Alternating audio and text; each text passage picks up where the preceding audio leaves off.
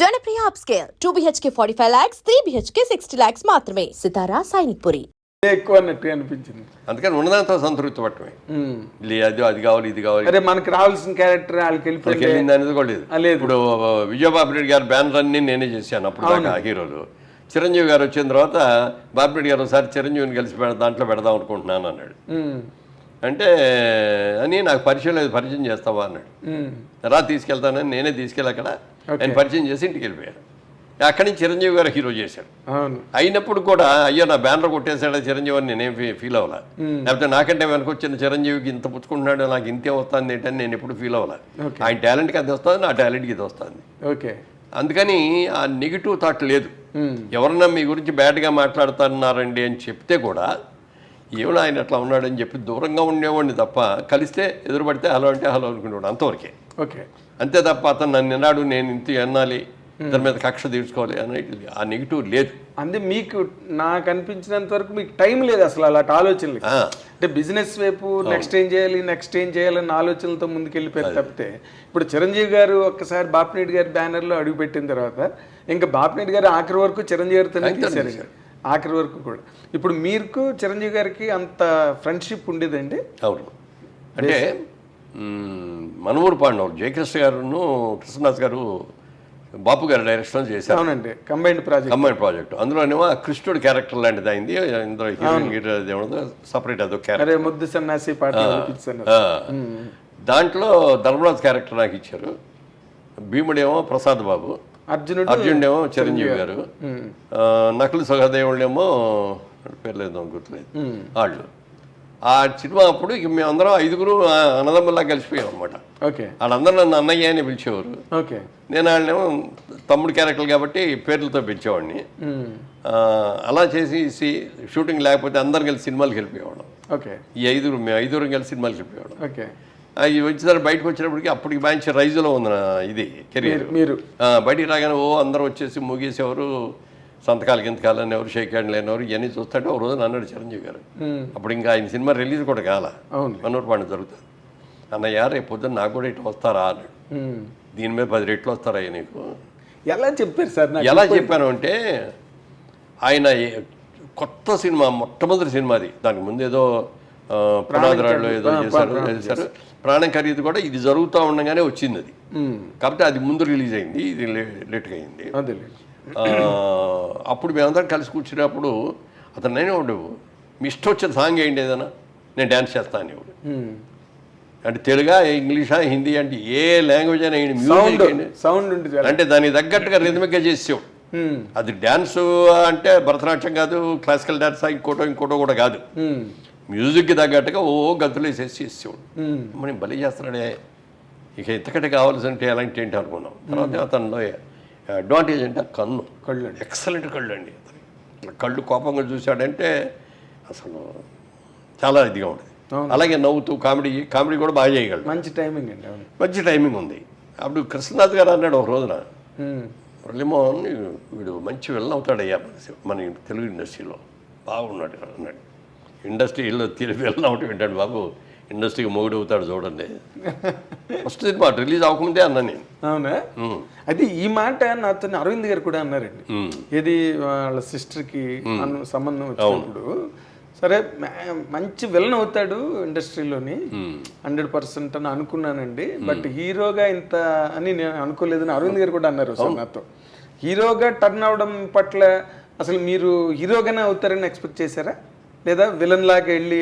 అట్లా కాదు, మొట్టమొదటి కొంచెం హీరోగానే నెగిటివ్ క్యారెక్టర్ చేశాడు. అది కుక్కగట్టు చెప్పు దెబ్బలు అట్లాంటి. ఆ తర్వాత నుంచి పాజిటివ్ క్యారెక్టర్లోకి వచ్చాడు బ్రహ్మాండంగా.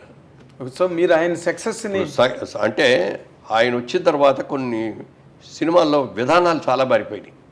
సాంగ్స్ అంటే ఏదో హీరోయిన్ మీద ఎక్కువ చేస్తారు, సాంగ్ హీరోలు ఎక్కువ పరిగెట్టడం, ఊటీ తోటలో లేకపోతే నాగేశ్వరరావు గారికి బాగా డ్యాన్స్ చేసేవారు ఆ రోజు. స్టెప్పులు అంటే నాగేశ్వరరావు, కృష్ణ గారి స్టెప్పులు కానీ, శోభన్ బాబు గారి స్టెప్పులు కానీ, ఎన్టీఆర్ గారి స్టెప్పులు కానీ అవన్నీ మా అందరి ఒక టైప్, ఒక స్కూల్ మీద. కాకపోతే ఏంటంటే సలీం మాస్టర్ వచ్చిన తర్వాత రామారావు గారు రెచ్చిపోయారు. అవునండి, బ్రహ్మాండంగా చేసేవాడు. ఎదురులేని మనిషి కదా బిగినింగ్.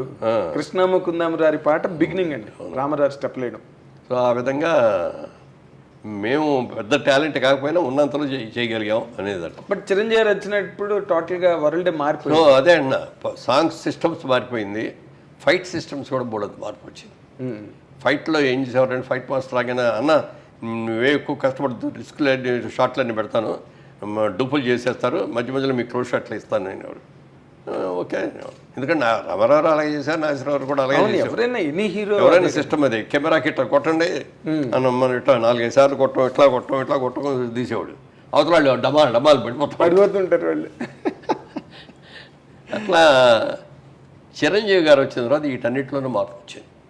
అందుకని నేను అంటాను, చిరంజీవి ఇండస్ట్రీకి రాకముందు, చిరంజీవి ఇండస్ట్రీకి వచ్చిన తర్వాత, క్రీస్తు పూర్వం క్రీస్తు శకం లాగా అవును, అదొక చిరంజీవి శకం అనమాట.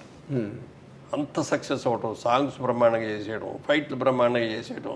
ఆ తర్వాత కృష్ణ గారు మేమందరం ఇట్లా ఫైట్లు చేస్తుంటే ఎవరికి నచ్చేయి కదా. అవునండి, అవన్నీ ఏంటో తేలిపోయాయి. చిరంజీవి గారు వచ్చి ఫైట్లు చేసిన తర్వాత ఇంకెవరు డూప్ అంటే కూడా ఒప్పుకునేవాడు కదండి. అవును, నేను చేస్తానండి, నాకు డూప్ అక్కర్లేదు అనుకున్నట్టుగానే సినిమా బాపు గారు కూడా చూసి షూటింగ్ జరిగే రోజుల్లోనే చిరంజీవి చేసేస్తా అంటే ఆ జనం మధ్యలో ఆ డ్యాన్సులు అవన్నీ సెకండ్ టేక్ అనేది కూడా అవసరం ఉండేది కాదు. చేస్తాడు ఆయన కూడా చాలా బ్రహ్మాండంగా ఉన్నాడు, చాలా బాగా చేస్తున్నాడు, పెద్ద హీరో అవుతాడని ఆయన జయకృష్ణే అసలు తీసుకొచ్చింది. ఫిల్మ్ ఇన్స్టిట్యూట్లో చేసిన వాళ్ళలో బాగున్నాడు ఈ కుర్రాడని చెప్పి జయకృష్ణ తీసుకొచ్చి పెట్టాడు. అవునా, అప్పుడు క్రాంతికుమార్ కూడా చూసి క్రాంతికుమార్ ప్రాణం ఖరీదులో పెట్టాడు. సో అట్లా ఇక సక్సెస్ వచ్చేసి అవునండి దుమ్ము దులిపేశాడు. ఆయన ఒక యుగం కింద ఫామ్ అయిపోయి. అంటే అదొకటి. ఇంకో గొప్ప విషయం ఏంటంటే ఆయనకి వెనక ఎవరు లేరు, సొంతంగా కష్టపడి పైకి వచ్చిన వ్యక్తి. అంటే ఇక్కడ ఒక్క పాయింట్, మీరు ఒక 50 ఏళ్ల సినిమా పరిణామాలన్నిటికీ కర్మసాక్షి మీరు. అంటే మీరు అన్నిట్లో ఉన్నారు, ఇందులో లేరు, అన్నీ మీకు తెలుసు, బట్ మీకు ఏమీ తెలియనట్టుగానే ఉన్నారు ప్రతిదీ.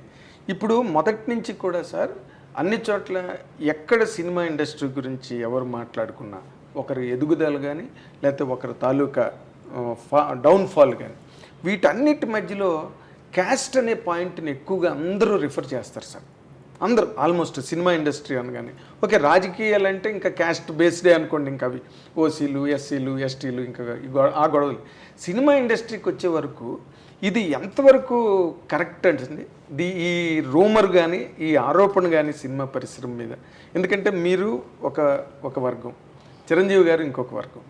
బట్ చిరంజీవి గారి గురించి మీరు ఇంత గొప్పగా మొదటి నుంచి మాట్లాడారు, ఏం సార్? ఆయన రేజ్ కూడా అలాగే అందరూ ఎంకరేజ్ చేసి ఆయన తలని పట్టుకున్నారు. ఈ ఆరోపణ ఎందుకండి సినిమా పరిశ్రమ?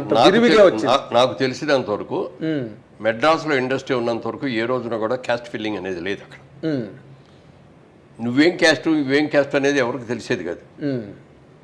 ఫలానా పేర్లు చెప్పుకున్నా ఫలానా డైరెక్టర్ అని చెప్పుకునే వాళ్ళేమో తప్ప ఇదిగో ఇతని ఈ క్యాస్టాడు కాబట్టి మనం చేయాలి అనేది ఇట్లాంటివి ఉండేవి కదా అసలు. ఓకే, హైదరాబాద్ వచ్చిన తర్వాత అది ఈ రాజకీయం ఇక్కడ అందరూ కూడా ఇది కదా. మెడ్రాస్లో ఉన్నంత వరకు ఏంటంటే సినిమా వాళ్ళందరూ గ్రూప్, ఒక family irrespective of the caste.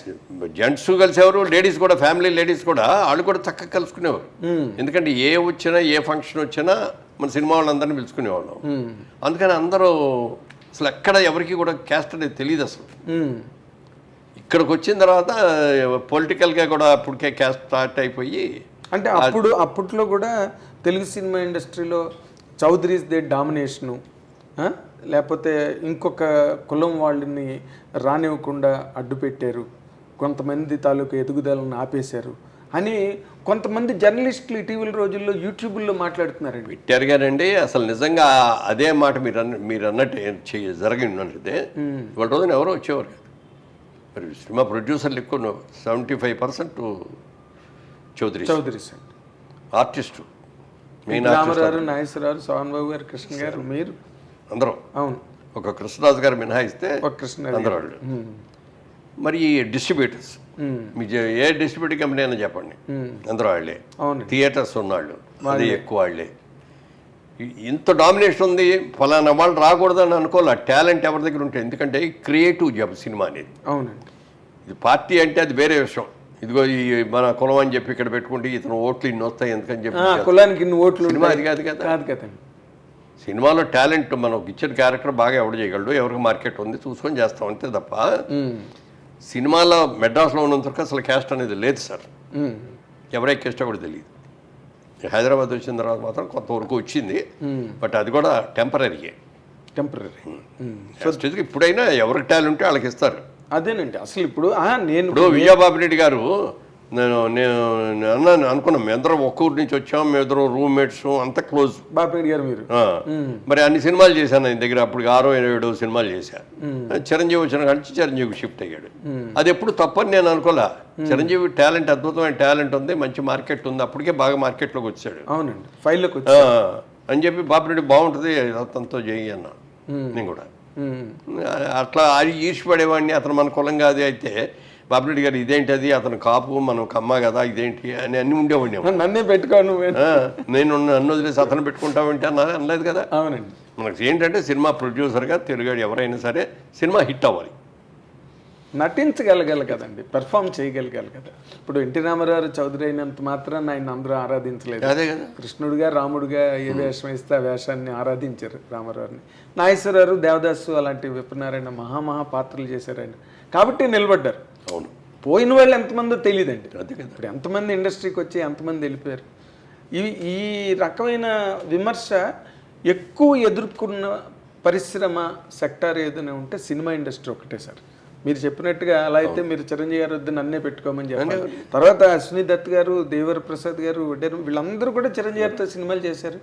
ఎన్నో రోజులు అందరూ కూడా వాళ్ళే, అందరూ ఎక్కువ చేయడం, ఆయన సినిమాలతోనే వాళ్ళు కూడా ప్రయాణం చేయడం మనం కళ్ళెదురుగుండా జరిగిన చరిత్ర అది. I Dream. Please subscribe iDream Media. Please do subscribe to iDream. Please subscribe to iDream Media. For best entertainment and information, please subscribe iDream. And don't forget to subscribe to iDream.